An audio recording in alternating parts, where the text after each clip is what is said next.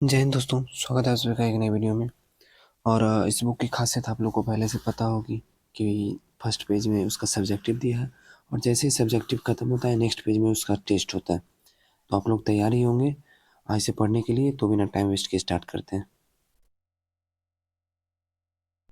First topic है पर्यावरण। पृथ्वी पर पाए जाने वाले भूमि, जल, वायु, पेड़ पौधे एवं जीव जंतुओं का समूह जो हमारे चारों ओर कहलाता है उसे पर्यावरण कहते हैं।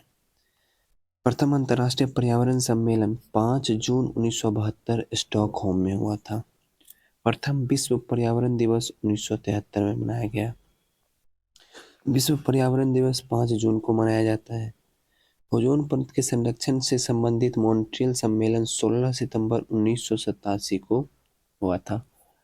विश्व ओजोन संरक्षण दिवस 16 सितंबर। मॉन्ट्रियल है कनाडा का एक शहर। ओजोन की मात्रा में कमी का मुख्य कारण क्लोरोफ्लोरोकार्बन। हाँ ठीक है, ओजोन परत की कमी में ऐसा बोला जाना चाहिए। ओजोन परत को नष्ट करता है सीएफसी। आ गया, वही सेम क्वेश्चन है। ओजोन परत को नष्ट करने में मुख्य कारण किसका है? सीएफसी का। प्रथम पृथ्वी सम्मेलन आयोजित हुआ था 1992 में ब्राजील के रियो डी जनेरियो में। पृथ्वी दिवस मनाया जाता है 22 अप्रैल को। क्योटो जो जापान में है उसका सम्मेलन हुआ था 1997 में। क्योटो प्रोटोकॉल प्रभावी हुआ 2005 में। क्योटो सम्मेलन संबंधित है वातावरण में कार्बन डाइऑक्साइड उत्सर्जन में वृद्धि से। विश्व का गर्म होना पृथ्वी की औसत तापमान बढ़ना कहलाता है ग्लोबल वार्मिंग। पृथ्वी का औसत तापमान 14 डिग्री सेल्सियस है। ग्लोबल वार्मिंग को प्रभावित करने वाला मुख्य कारक कार्बन डाइऑक्साइड है। वायुमंडल का वार्षिक तापमान वृद्धि कहलाता है हरित गृह प्रभाव, ग्रीन हाउस इफेक्ट जिसे बोलते हैं। ग्रीन हाउस गैसें हैं जलवाष्प, carbon dioxide, methane, nitrous oxide. हरितगृह प्रभाव हेतु सर्वाधिक उत्तरदायी गैस है कार्बन डाइऑक्साइड। सर्वप्रथम ग्रीन हाउस गैस की संकल्पना की थी जोसेफ फोरियर ने 1824 ईस्वी में। पर्यावरण एवं वन मंत्रालय का गठन 1985 में हुआ। भारत सरकार ने पर्यावरण संरक्षण अधिनियम लागू किया था 1986 में। विश्व पर्यावरण संरक्षण दिवस मनाया गया 26 नवंबर को। पर्यावरण संरक्षण के लिए काम करने वाली अंतर्राष्ट्रीय एजेंसी ग्रीनपीस एम्स्टर्डम है। राष्ट्रीय पर्यावरण अनुसंधान केंद्र नागपुर में है। राष्ट्रीय वन नीति लाया गया 1988 ईस्वी में। राष्ट्रीय जल नीति की घोषणा 2002 में की गई। राष्ट्रीय पर्यावरण नीति की घोषणा 2004 में। राष्ट्रीय हरित प्राधिकरण की स्थापना 2010 में। विश्व नम भूमि दिवस 2 फरवरी। विश्व वन दिवस 21 मार्च। विश्व जल दिवस 22 मार्च। जैव विविधता दिवस 22 मई। रेड डाटा बुक संबंधित है विलुप्त या संकटग्रस्त जीवों से। नेक्स्ट टॉपिक है पारिस्थितिकी। जीवधारियों तथा उनके वातावरण के पारस्परिक संबंधों का अध्ययन किया जाता है पारिस्थितिकी, जिसे इकोलॉजी भी कहते हैं। इकोलॉजी शब्द का प्रथम प्रयोग रीटर ने 1865 में, अर्नेस्ट हैकेल ने 1869 में। रीटर ने कब किया? 1865 में। अर्नेस्ट हैकेल ने 1869 में। सर्वाधिक अस्थायी पारिस्थितिकी है महासागर। रचना एवं कार्यों की दृष्टि से विभिन्न जीवों एवं वातावरण की मिलीजुली इकाई कहलाती है पारिस्थितिकी तंत्र, जिसे इकोसिस्टम कहते हैं। पारिस्थितिकी तंत्र या परितंत्र शब्द का सर्वप्रथम प्रयोग एजी टोंसले ने 1935 में किया था। परितंत्र में ऊर्जा का स्रोत सूर्य प्रकाश है। पर्यावरण की कार्यात्मक इकाई परितंत्र है। पारिस्थितिकी तंत्र दो घटकों का बना होता है, जैविक घटक और जैविक घटक। जैविक घटक को 3 भागों में विभक्त किया गया है, उत्पादक, उपभोक्ता और अपघटक। उत्पादक द्वारा उत्पादित खाद्य पदार्थों का उपभोग करने वाला घटक उपभोक्ता कहलाता है। उपभोक्ता 3 प्रकार के होते हैं, प्राथमिक, द्वितीयक एवं तृतीयक उपभोक्ता। वे जीव जो हरे पौधे को खाते हैं कहलाते हैं प्राथमिक उपभोक्ता, जैसे बकरी, गाय और भैंस। प्राथमिक उपभोक्ता को भोजन के रूप में प्रयुक्त करने वाले जीव कहलाते हैं द्वितीयक उपभोक्ता, भेड़िया, मोर, लोमड़ी।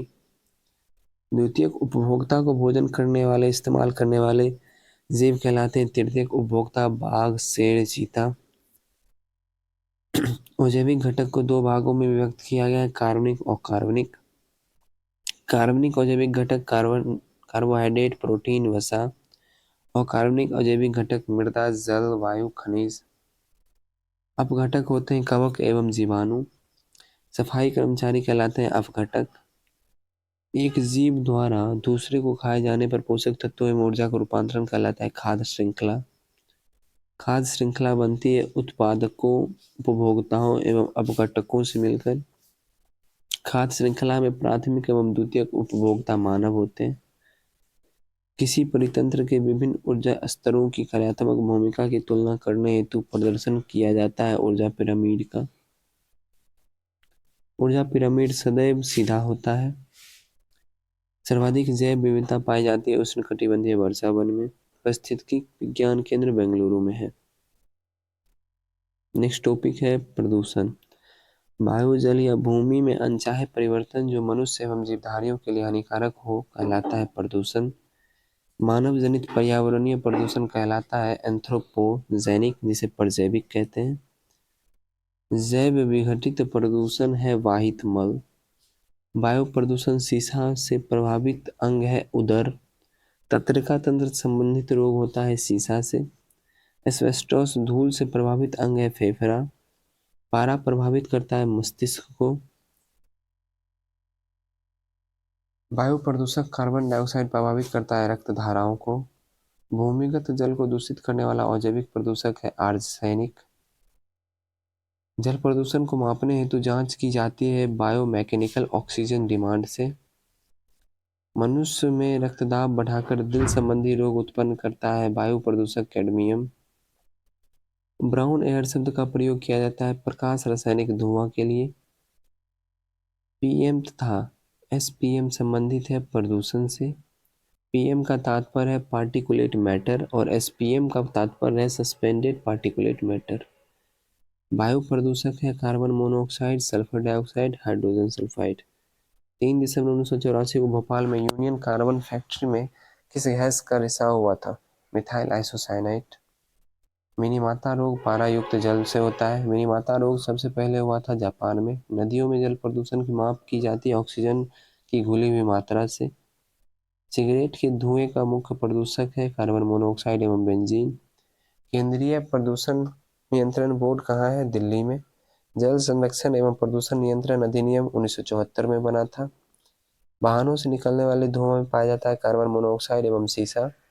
कारखानों से निकलने वाली धुआं में मुख्यतः कार्बन डाइऑक्साइड पाया जाता है। अम्ल वर्षा मिश्रण है सल्फर डाइऑक्साइड और नाइट्रोजन ऑक्साइड का।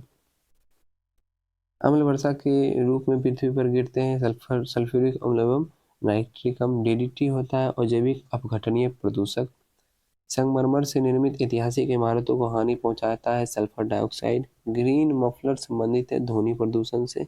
चावल के खेतों से निकलने वाले प्रदूषक है मीथेन। आशा करता हूँ आप लोग को टोटल याद हो गया होगा। याद हो गया है तो टेस्ट आगे दीजिए, अगर नहीं याद हुआ है तो वीडियो को एक बार फिर से स्टार्टिंग से देख लीजिए, आप लोग को याद हो जाएगा, फिर टेस्ट दीजिए। तो चलिए टेस्ट स्टार्ट करते हैं। फोटो खींचने वक्त कुछ समस्या आ गई थी, कैमरा हिल गया होगा, जिसकी वजह से ये पीडीएफ जो है सही से नहीं बन पाई। फिर भी मैं कोशिश करूँगा कि आप लोग को जितना हो सके उतना पढ़ दिया जाए। देखिए फर्स्ट क्वेश्चन तो समझ नहीं आ रहा। दूसरा क्वेश्चन, पृथ्वी दिवस कब मनाया जाता है? 22 अप्रैल। फिर नेक्स्ट क्वेश्चन है विश्व ओजोन संरक्षण दिवस 16 सितंबर। नेक्स्ट है, पता नहीं चल रहा। अगला क्वेश्चन, ओजोन परत को नष्ट कौन करता है? तो इसमें आंसर क्या होगा? CO2। नेक्स्ट आ गया, प्रथम पृथ्वी सम्मेलन कहाँ हुआ था? ये हुआ था रियो डी जेनेरियो में। क्योटो सम्मेलन कब हुआ था? 1997 में। पारा प्रदूषण से प्रभावित अंग है, अभी पढ़े हम लोग, मस्तिष्क। राष्ट्रीय जल नीति की घोषणा की गई थी 2002 में। ओजोन परत के संरक्षण संबंधी मॉन्ट्रियल प्रोटोकॉल सम्मेलन कब किया गया? 16 सितंबर 1987 में।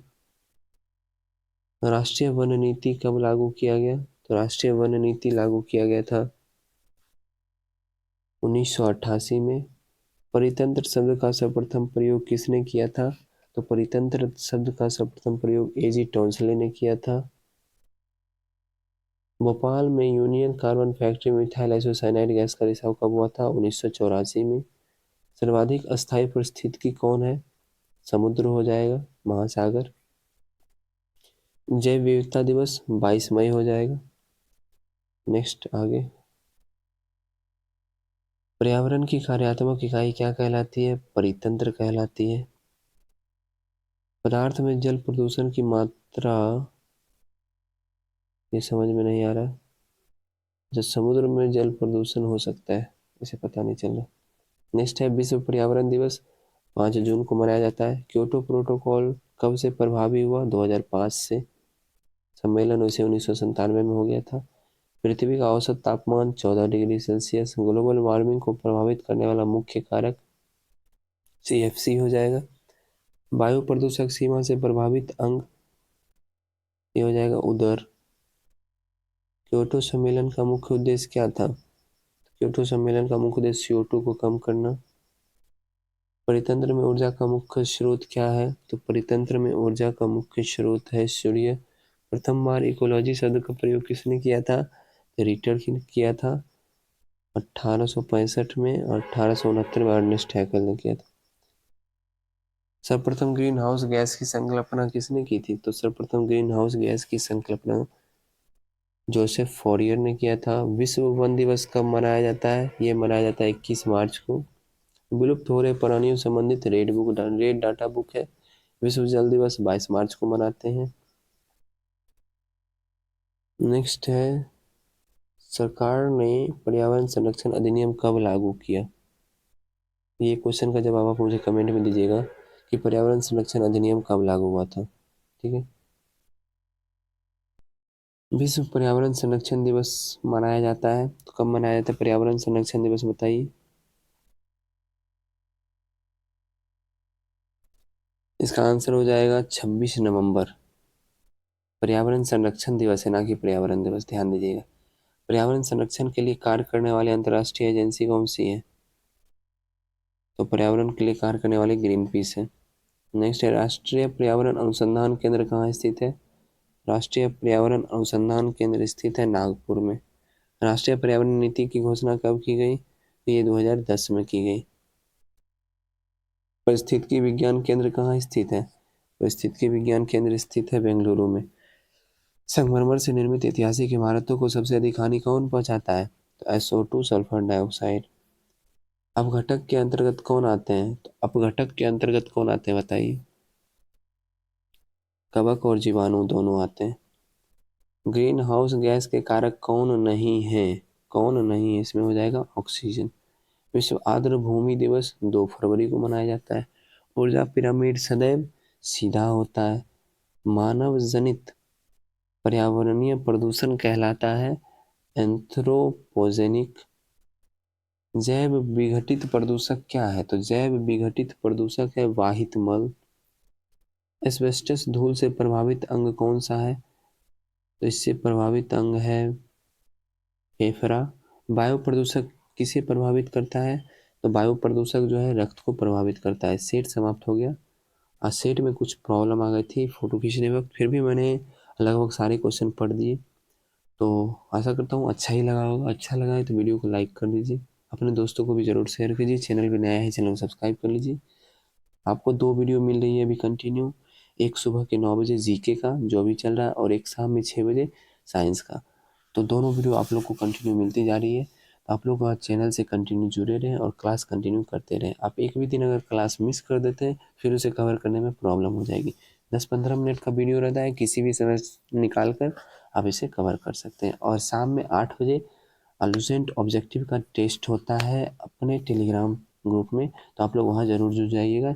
और इसका PDF भी चाहिए तो टेलीग्राम में जुड़ जाइएगा। ठीक है ना। मिलते हैं नेक्स्ट वीडियो में। जय हिंद।